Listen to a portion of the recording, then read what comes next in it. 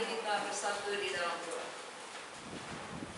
Kami bersyukur kepadamu ya Tuhan. Pada pagi hari ini kami dapat beribadah bersama-sama untuk menyembah Engkau Allah kami.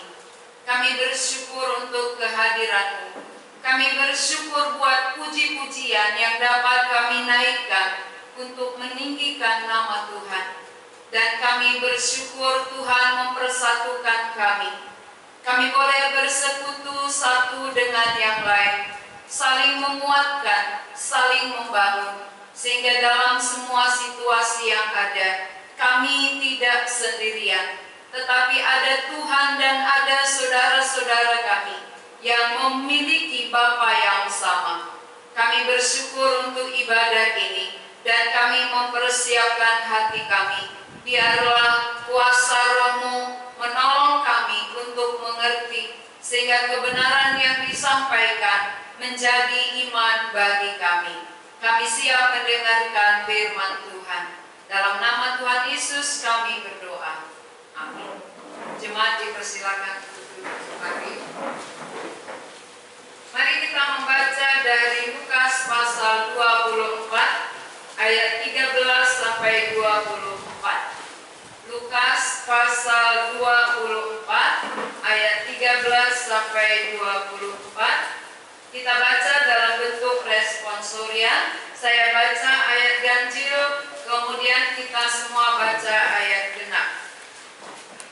Lukas pasal 24 ayat 13 sampai 24.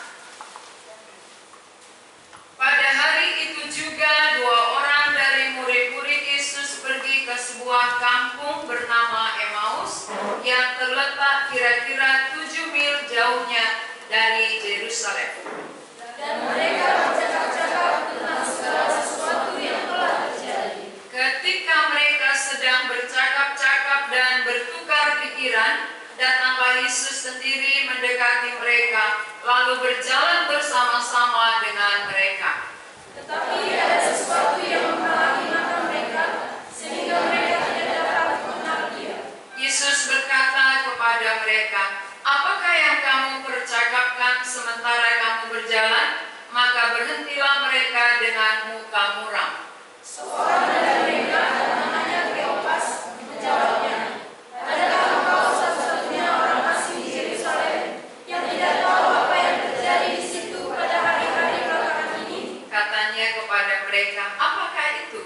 Jawab mereka, "Apa yang terjadi dengan Yesus orang Nazaret? Dia adalah seorang nabi yang berkuasa dalam pekerjaan dan perkataan di hadapan Allah dan di depan seluruh bangsa kami.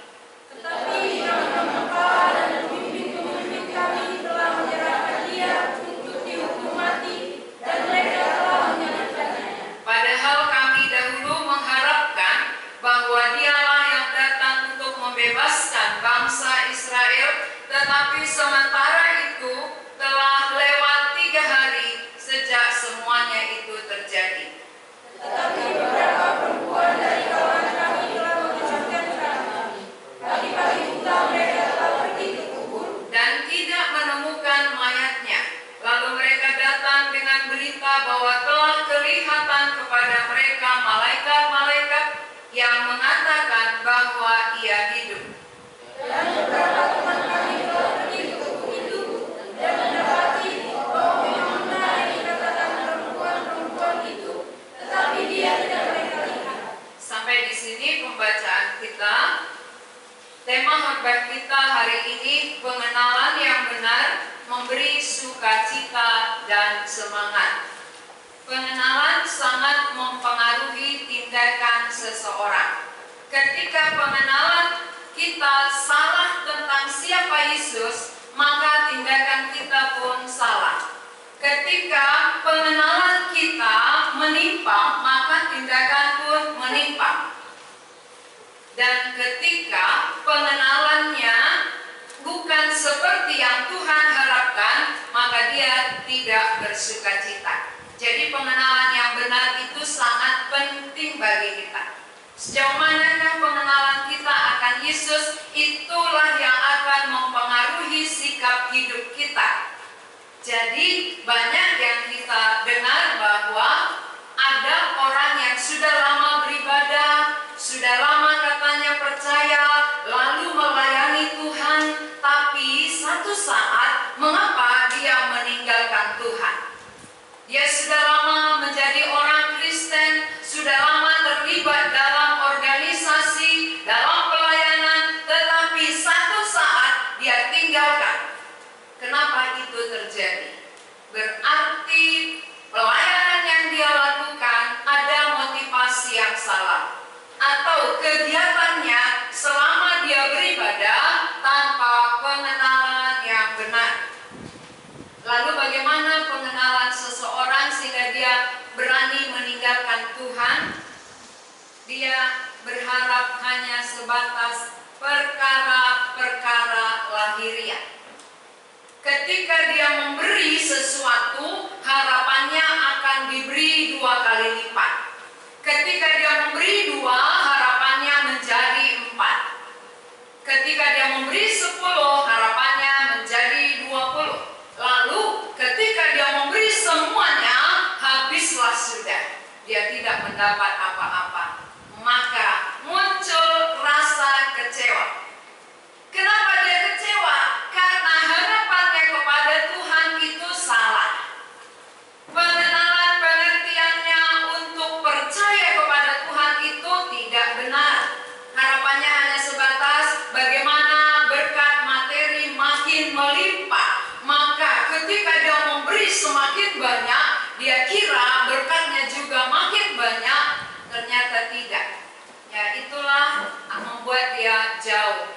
Ya, ada pernah satu orang dia bilang, aku tidak mau lagi ikut Tuhan, aku tidak mau lagi beribadah, aku tidak mau lagi datang kepada Tuhan. Kenapa?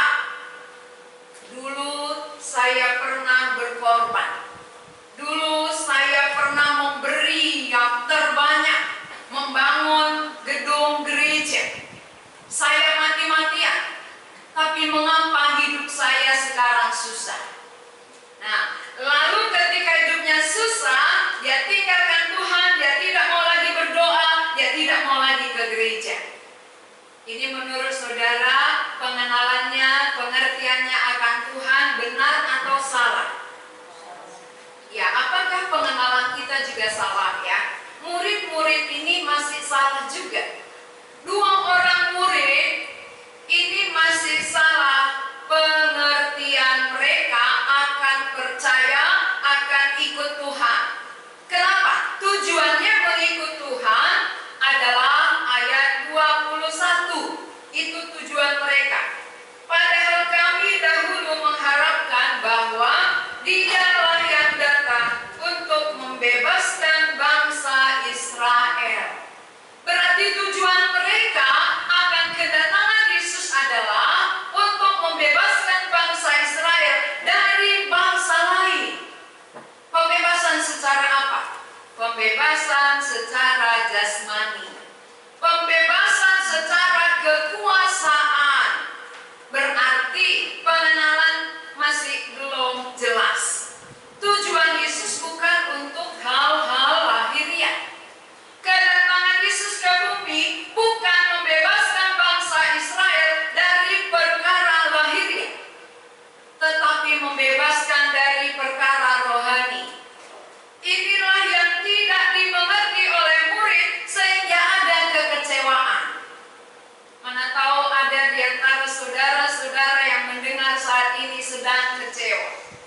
Ada rasa kecewa kepada Tuhan oleh karena harapannya tidak sama seperti kedatangan Tuhan. Harapannya itu berbeda. Dia berharap perkara lahiriah, jasmani, sedangkan Tuhan datang bukan perkara lahiriah. Maka waktu Yesus ditangkap, dia bukan kalah.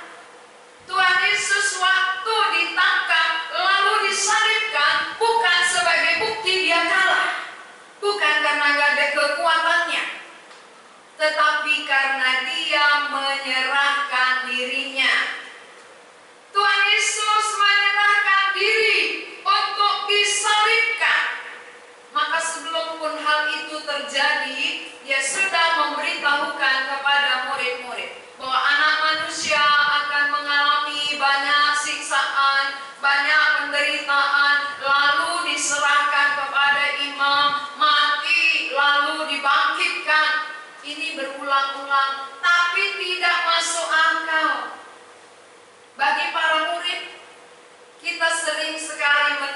firman, tapi tidak masuk akal bagi kita.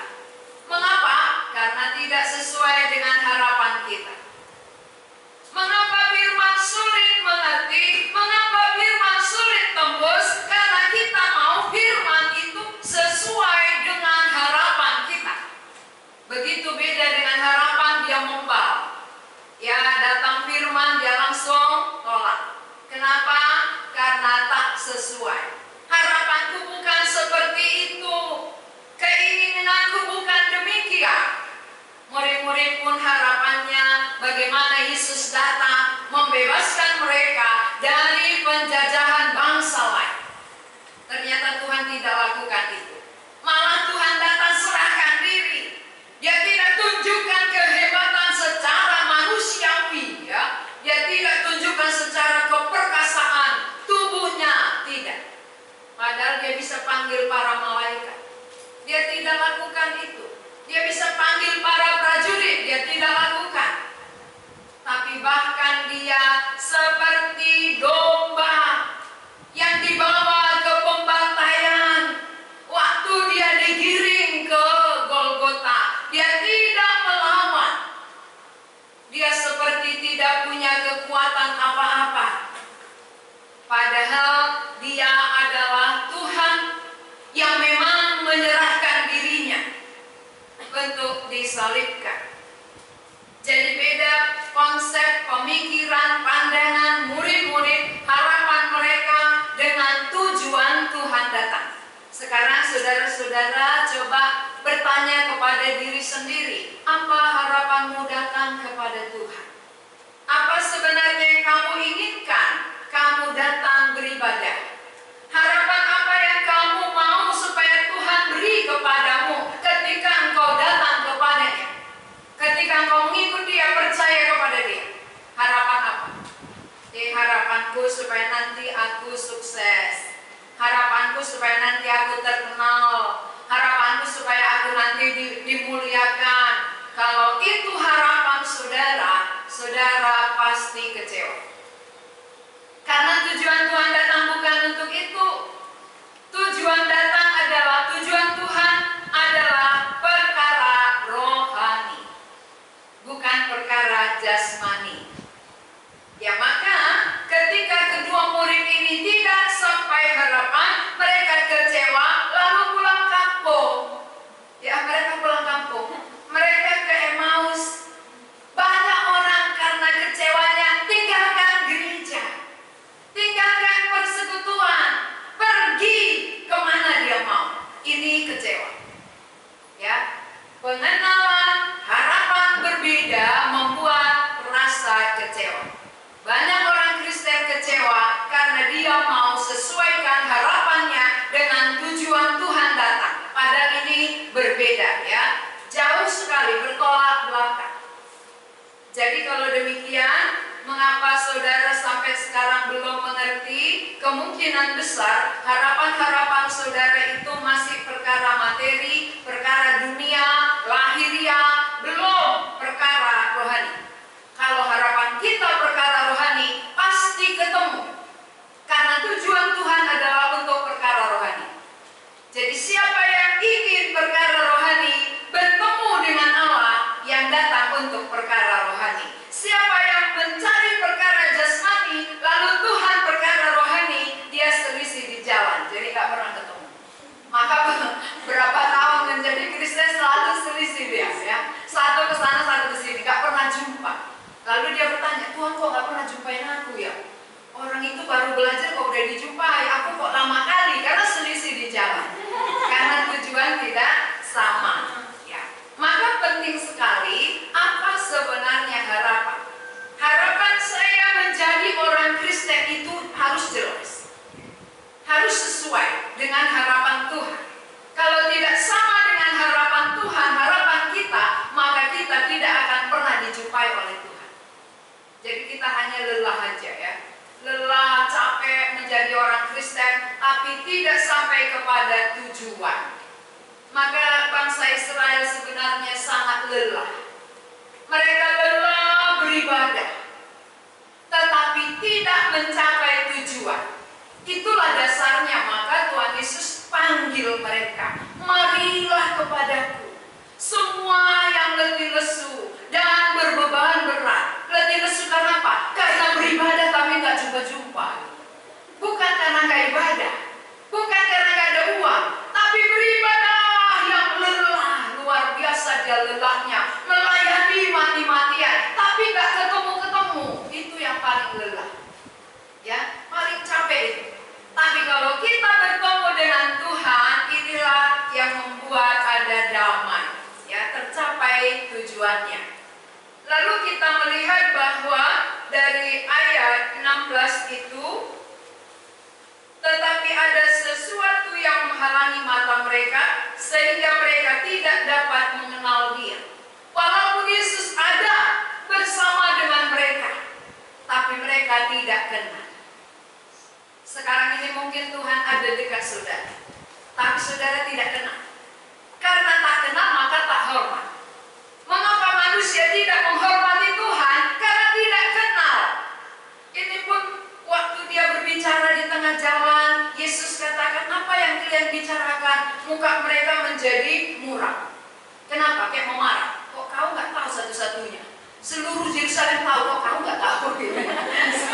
Seolah-olah dia lebih pintar dari Tuhan. Ya, dalam pengalaman kita juga sering begitu. Kita merasa lebih tahu, padahal nggak percaya. Ya, padahal Tuhan Yesus tahu semuanya. Tapi kita kira Tuhan kok tidak tahu. Kok Tuhan tidak tahu gitu. Ini pun kok kamu satu-satunya di Yerusalem yang nggak tahu apa yang terjadi. Lalu Tuhan kata, apa rupanya gitu ya. Kan Yesus sengaja tanya, apa rupanya yang terjadi gitu. Kamu kok yang nggak tahu itu gitu ya. Hanya Tuhan Yesus tidak langsung bilang, kau kok yang nggak tahu. Apa ada di dekatmu? Matamu tetap tertutup. Ya, ada yang menghalangi sehingga mata mereka membuat tidak mengenal Yesus. Ya, berarti dalam diri kita pun ada penghalang mungkin ya, membuat kita tidak mengenal Tuhan. Padahal Tuhan sudah lama mengetuk ini. Halo, Gabriel. Nah, aku mau masuk. Siapa? Tak kenal. Ya. Jadi karena kita tidak mengenal, maka kita tidak suruh dia masuk. Berarti siapa yang salah? Bukan dia, kita kok. Kita yang tak kenal, tapi sok kenal gitu ya.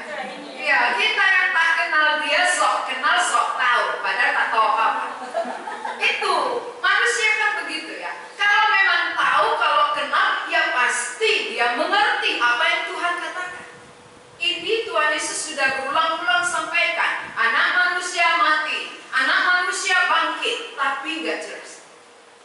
Padahal ini katanya sudah lebih dari 3 hari, berarti kan sudah bangkit Tuhan Yesus. Sudah menjumpai murid, dia sudah tahu ya. Maria Magdalena pun diceritakannya, ayat 23 ya.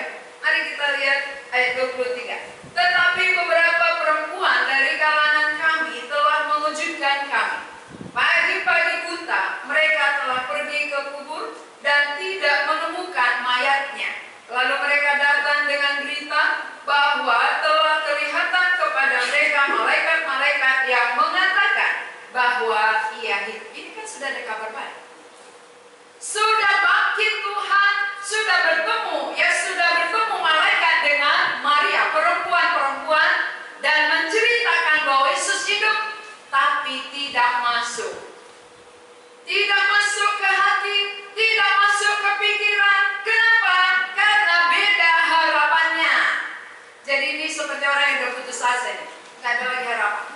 Ya, harusnya tadi Yesus nggak mati, baru bisa dibebaskannya. Ini sudah mati, berarti nggak ada harapan. Sehingga walaupun ada malaikat sudah bertemu dengan perempuan, lalu perempuan menceritakan bahwa Yesus telah hidup, mereka tetap tidak percaya. Susah ya kalau konsepnya itu nggak luntur ya. Apapun disampaikan langsung ditangkis. Ya, pintar dia nangkis ya. Ya orang, ini bukan panah api iblis yang ditangkis, tapi firman. Lucu ya, kalau panah api yang ditangkis gini kita menang. Datang panah dipanahi, gitu ya. Ini firman yang ditangkis, maka yang masuk adalah panah. Karena firmannya ditangkis, maka begitu dipanah iblis langsung dia kau. Nah, saudara-saudara, ini pengalaman murid. Bukan murid yang 12 ya. Lain daripada yang 12. Ini murid yang 70 murid. Kan ada kelompok-kelompok murid Tuhan ya. Jadi di antara perempuan-perempuan sudah pergi ke kuburan, sudah melihat kubur kosong, dan malaikat ada menyaksikan bahwa Yesus hidup. Mereka dengar, tapi mereka tidak percaya. Mereka ucapkan, tapi mereka tetap pulang kampung. Ya. Ini dia bilang, memang perempuan-perempuan pernah bersaksi, tapi kami pergi gitu ya. Itu tandanya tidak percaya. Jadi banyak orang tahu firman, tapi tidak percaya, tidak akan mempengaruhi kehidupannya. Tahu tidak percaya, tidak ada pengaruh. Malah membuat dia makin pulang kampung, ya, pergi ke Emmaus. Ada lagi dari ayat 24, bukan hanya perempuan ya. Dan beberapa teman kami telah pergi ke kubur itu dan mendapati bahwa memang benar yang dikatakan perempuan-perempuan itu, tetapi dia tidak mereka lihat. Hanya Yesus yang gak terlihat, tapi benar bahwa kubur telah kosong. Ya, benar yang dikatakan perempuan. Kenapa? Karena dari teman kami pun ada yang pergi. Waktu perempuan pulang dari kuburan, dia ceritakan kepada murid-muridnya, lalu murid-muridnya pergi. Salah satu adalah Petrus ya. Yohanes dan Petrus pergi langsung melihat kubur Yesus. Ternyata kuburnya kosong. Dia tidak berjumpa lagi dengan Yesus, tapi mereka ini hanya tahu. Mereka mendengar kesaksian murid, mereka mendengar kesaksian perempuan, mereka tahu bahwa kubur kosong, tapi nggak konek-konek, ya, nggak konek-konek. Karena apa? Karena tidak sesuai harapan. Mengapa sampai sekarang saudara tidak konek-konek dengan kebenaran firman yang disampaikan? Mungkin harapan-harapan saudara itulah yang membuat tidak konek. Harapan-harapan yang berbeda dengan apa tujuan Yesus datang ke bumi ini. Tujuan dia datang ke bumi ini berbeda daripada harapan-harapan manusia pada umumnya, termasuk murid ini tadi. Maka mereka tidak mengerti. Lalu Tuhan Yesus dengan kesabarannya terus menceritakan ya. Tapi ada juga teguran yang keras dari 25. Saudara yang baca. Ya, 1, 2, 3 ya. Lalu dia berkata kepada mereka, "Hai kamu orang bodoh, betapa lemahnya hatimu, sehingga kamu tidak percaya segala sesuatu yang telah dikatakan para nabi." Ya, jadi ada teguran keras dari Tuhan kalau kita tetap tidak percaya. Tegurannya, hai kamu orang pintar. Hai kamu orang pintar, betapa lambatnya kamu mengerti, betapa lambatnya hatimu, sehingga kamu tidak percaya apa yang dikatakan oleh para nabi. Ya, ini teguran keras. Kalau kita sulit percaya, berarti Tuhan menegur kita. Dia bukan sayang kepada orang yang lambat, tidak. Malah dia sebenarnya agak kesal ya. Tapi di balik kekesalannya dia juga penuh kasih. Kalau manusia kesal dia tinggalkan langsung. Kalau Tuhan Yesus kesal, dia juga tetap mengasihi, lalu menjelaskan berulang-ulang dari ayat 25 sampai ayat 30. Itu penjelasan dia ya. Dia ulangi lagi tentang Mesias harus menderita. Nah, sesudah itu sampailah mereka di Emmaus. Ketika sampai di Emmaus, dia masuk lalu makan seperti biasa. Dia memecah-mecah roti. Ketika dia mecah roti, barulah murid mengingat ya. Ini mengingat pengalaman bahwa sudah pernah seperti ini.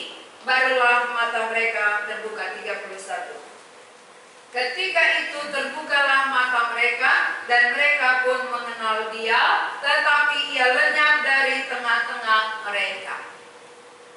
Matanya terbuka,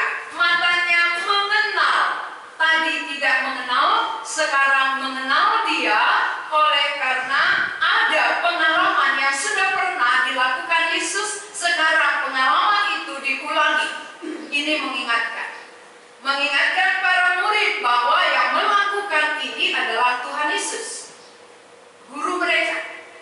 Dan saat itulah mereka mengenal dalam arti apa? Mengenal dalam arti baru, bukan mengenal dalam arti lama. Mengenal bahwa Yesus itu benar-benar telah bangkit. Tadi perempuan ceritakan, teman-teman yang lain ceritakan, belum masuk ke dalam hati mereka. Mereka belum kenal, belum mengerti. Sekarang sesudah Tuhan Yesus memecah-mecah roti di depan mata mereka, barulah mereka melihat dengan nyata, melihat dengan jelas bahwa Yesus itu benar-benar telah bangkit.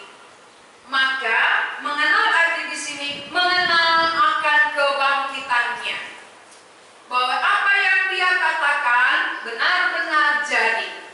Pengenalan yang demikian akan mempengaruhi kehidupan mereka sehingga mereka bisa bersaksi. Ayat 34. Ayat 33. Lalu bangunlah mereka dan terus kembali ke Yerusalem. Bayangkan perjalanan dari Yerusalem ke Emmaus begitu jauh, sampai malam baru tiba. Sekarang sesudah mengenal dia, mereka terus kembali ke Yerusalem. Ini namanya apa? Pengenalan itu mempengaruhi mereka, memberi semangat, memberi sukacita, sehingga mereka tidak merasa lelah. Kenapa kita letih lesu dalam hidup ini? Kenapa kita merasa berat menjalani kehidupan kita? Berarti pengenalan yang tidak jelas. Karena pengenalan yang benar akan siapa Yesus, Yesus itu memang benar mati, tapi dia telah mengalahkan kematian. Dia bangkit, berarti ada kehidupan, ada pengharapan.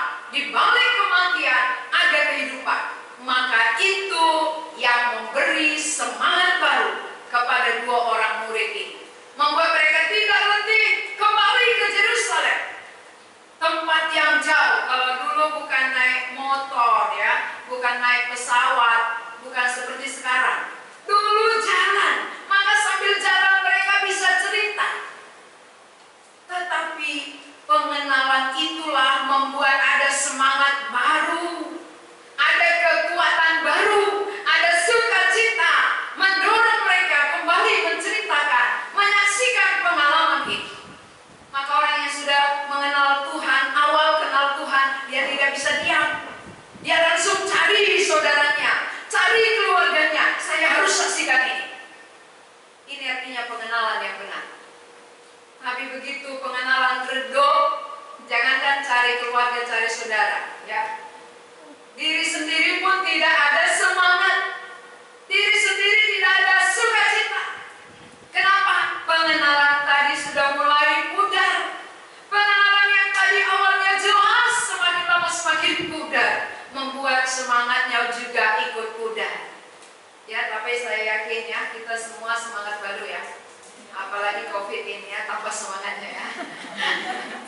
Dengan ada masalah, pasti pengenalan makin tambah. Biasanya Tuhan izinkan ada masalah, lewat itu bertambah pengenalan kita akan dia. Bagaimana dia berkuasa atas hidup seseorang. Ya, lalu sesudah mereka mendapatkan semangat baru kembali ke Yerusalem, mereka bersaksi ayat 34. Kata mereka itu, sesungguhnya Tuhan telah bangkit. Oh, ini mereka yang saksikan, bukan lagi kata orang. Tadi perempuan bersaksi tidak percaya, murid-murid lain bersaksi ditolak. Sekarang mereka sendiri yang menyaksikan. Mereka katakan, sesungguhnya Tuhan telah bangkit dan telah menampakkan diri kepada Simon. Berarti orang yang jelas pengenalannya akan Tuhan, dia tidak ragu menyaksikannya. Walaupun pernah kita sulit mengerti ya, walaupun harapan kita pernah salah, tapi ketika pengenalan kita benar, ini akan merubah semuanya. Merubah sikap, merubah pola pikir, merubah tindakan kita, memberi semangat baru bagi kita. Jadi sudah pernahkah saudara punya semangat baru? Kembali dari Emmaus ke Yerusalem ya. Atau tetap di Emmaus ya. Kalau tetap di Emmaus berarti belum punya semangat baru. Kalau sudah kembali berarti ada semangat baru untuk menyaksikan pengalaman kita, pengenalan kita bahwa Yesus itu benar-benar bangkit. Dia adalah Tuhan yang mengalahkan maut, Tuhan yang hidup, berarti saya pun akan hidup sama seperti Dia. Jadi pengenalan itu sangat penting. Sejauh manakah saudara kenal Tuhan Yesus? Kalau ada masalah saudara bersungut-sungut, benarkah pengenalan kita? Setiap ada persoalan bersungut-sungut, setiap ada masalah kita lemah. Apakah Tuhan pernah katakan kepada kita, semua yang mengikut aku akan beres? Tidak pernah. Tidak pernah Tuhan janjikan mengikut Dia semuanya beres. Tetapi mengikut Dia malah ada kesulitan Tuhan izinkan, ada masalah Tuhan izinkan, karena melalui kesulitan dan masalah mendidik kita sama seperti Dia mendidik muridnya. Ya, Dia di atas perahu bersama muridnya, ada angin ribut, berarti ada masalah. Bukan gak ada Yesus. Tuhan Yesus di atas, tetapi ada angin ribut. Orang percaya ada masalah. Siapa yang bilang ikut Tuhan semua beres, berarti harapannya palsu, ya. Maka begitu dia tidak mendapat semua beres, dia kecewa, dia tolak Tuhan. Maka yang paling salah adalah siapa yang mengajarkan itu. Itu harus ditenggelamkan katanya. Lehernya pun ditenggelamkan ke laut. Ya, siapa yang mengajarkan yang salah, dia paling bersalah di hadapan Tuhan, karena banyak yang diseretnya ke neraka. Jadi harapan-harapan yang salah itu berbahaya sekali. Pengenalan yang salah akan Tuhan membuat sikap hidup salah, tindakan salah, harapan-harapan salah. Jadi hari ini kita harus luruskan. Tuhan tidak pernah janjikan ikut aku serba beres dan mulus, ikut aku makmur. Gak ada, ya. Iya, mobil makmur aja gak makmur, tanya dia. Ya, mobil makmur sekarang gak ada sewanya. Jadi apalagi kita, ya, di tengah-tengah bumi, di tengah-tengah dunia pasti ada masalah, ada kesulitan. Kenapa? Karena kita masih hidup di daging. Daging ini banyak kesulitannya. Tetapi ketika nanti kita dibawa kepada Tuhan, barulah selesai semua masalah. Baru aman. Maka siapa mau aman, ya waktu ke surga baru aman semua, ya. Itu tak ada lagi masalah, tak ada sakit, tak ada persoalan. Tapi selama di bumi ikut pun Tuhan, masih ada masalah. Hanya dosanya lah yang diselesaikan Tuhan. Kematian kekal yang dikalahkan Tuhan. Jadi siapa yang percaya dosanya diampuni. Siapa yang percaya dia tidak akan mati selamanya, tetapi dia akan ke surga. Ini harapan yang Tuhan berikan. Ini jaminan. Ya, jaminan yang pasti dosa diampuni, jaminan yang pasti masuk surga. Tapi di bumi tidak ada jaminan aman. Jadi kalau ada masalah, ada sakit penyakit, orang percaya pun sakit. Kalau ada kesulitan ekonomi, orang percaya pun sulit, ya. Bukan berarti itu yang gak percaya yang sulit-sulit, yang percaya makmur-makmur, tidak, ya. Tapi itu sama, karena itu bukan itu tujuan Tuhan. Ketika tujuan Tuhan sampai kepada kita, itulah yang memberi damai sejahtera, itu memberi semangat baru, sehingga ada kekuatan menyaksikan pengalaman itu. Sama seperti yang dialami oleh dua orang murid yang pergi ke kampung, pulang kampung, begitu mengenal Yesus kembali ke Yerusalem. Ya, kampung saudara dekat atau jauh? Ya. Pulang, jangan lama-lama. Artinya jangan lama-lama salahkan Tuhan. Ketika Anda sampai seperti harapan kita selalu salahkan Tuhan. Itu namanya pulang kampung. Ya. Kalau kita mengenal Dia dengan benar, berarti bukan harapan kita itu yang menjaminnya, bahwa Dia mendengar, Dia dekat kita. Harapan Dia itu sampai kepada kita, itulah yang menjamin bahwa Tuhan ada bersama kita. Sudahkah harapan Tuhan sampai kepada saudara? Atau harapan saudara yang sampai kepada Tuhan? harapan siapa yang sampai? Ketika harapan kita sampai, doa kita terkabul, lalu kita katakan, aku dekat dengan Tuhan. Aku anak Tuhan. Begitu gagal, di mana Tuhan? Tadi anak Tuhan, sekarang di mana Tuhan? Jadi statusnya berubah-ubah. Kadang dia anak Tuhan, kadang anak hantu. Ya nggak bisa. Kalau sekali anak Tuhan, tetap anak Tuhan sampai ke surga. Maka menentukan status anak Tuhan itu nggak gampang-gampang. Harus dengan pengenalan yang jelas bahwa Yesus datang, mati, harus mati. Tetapi dia tidak tinggal di kuburan. Dia bangkit pada hari ketiga, mengalahkan kematian. Dan lewat itulah kita diberi kemenangan terhadap dosa, kemenangan terhadap kuasa kegelapan iblis, dan kemenangan terhadap maut. Itu yang dikalahkan Tuhan lewat kematian dan kebangkitan. Maka siapa yang mengenal Yesus yang mati dan bangkit, lalu percaya, maka dia mendapat kemenangan itu. Bukan kemenangan secara materi ya. Jadi walaupun saudara nggak kaya sekarang, walaupun susah materi, kalau saudara percaya, Yesus mati bagi saudara. Yesus telah bangkit untuk membuat saudara berkemenangan.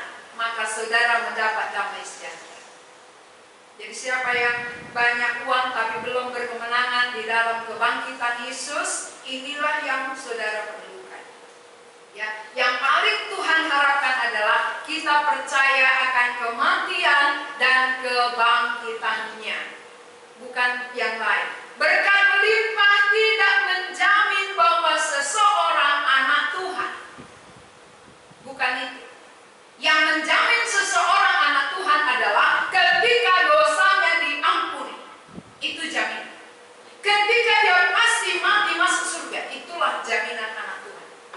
Tapi kalau materi banyak, bukan itu jaminannya.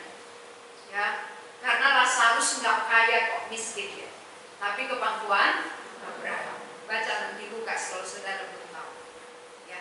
Jadi bukan kekayaan jaminan anak Tuhan, tapi dosa diampuni ketika dia percaya kesaksian Musa dan para nabi. Apa yang disaksikan Musa dan para nabi? Tentang Yesus Kristus. Nabi menyaksikan Yesus, kesaksian Musa menyaksikan Yesus. Lalu kenapa kita yang sudah digenapi apa yang disaksikan oleh nabi, kita tidak percaya? Mereka aja dulu masih dalam janji, nubuatan, tapi mereka percaya kita janji itu sudah genap. Apa yang dijanjikan tentang Yesus yang akan mati sudah terjadi. Tentang Yesus bangkit sudah digenapi. Lalu mengapa kita sulit percaya? Hai orang pintar. Ya, jadi kita balikan ya.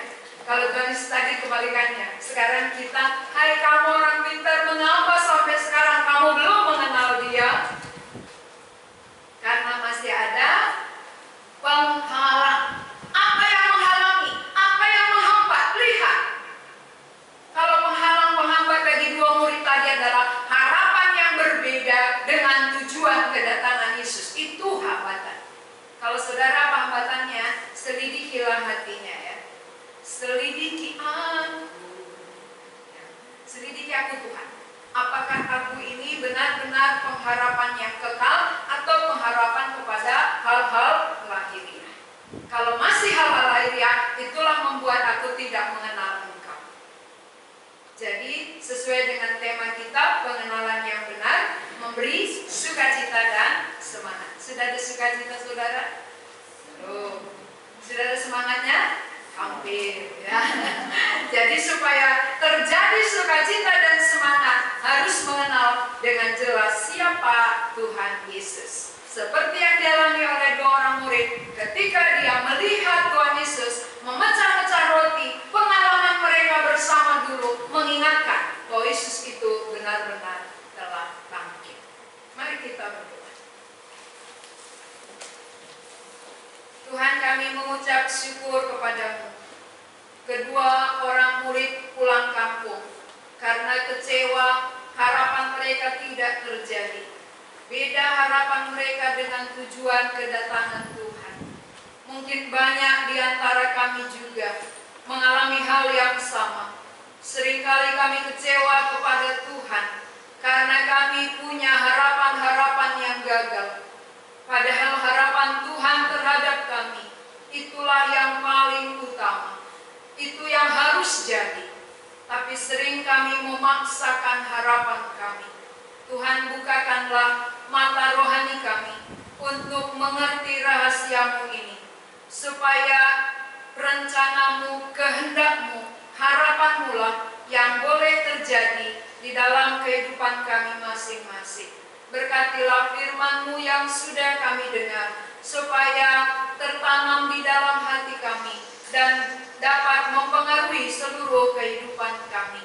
Seperti yang dialami oleh 2 orang murid, walaupun mereka sulit mengerti, tapi akhirnya Tuhan menjumpai mereka dan Tuhan menyatakan diri kepada mereka sehingga mereka mengenal Engkau.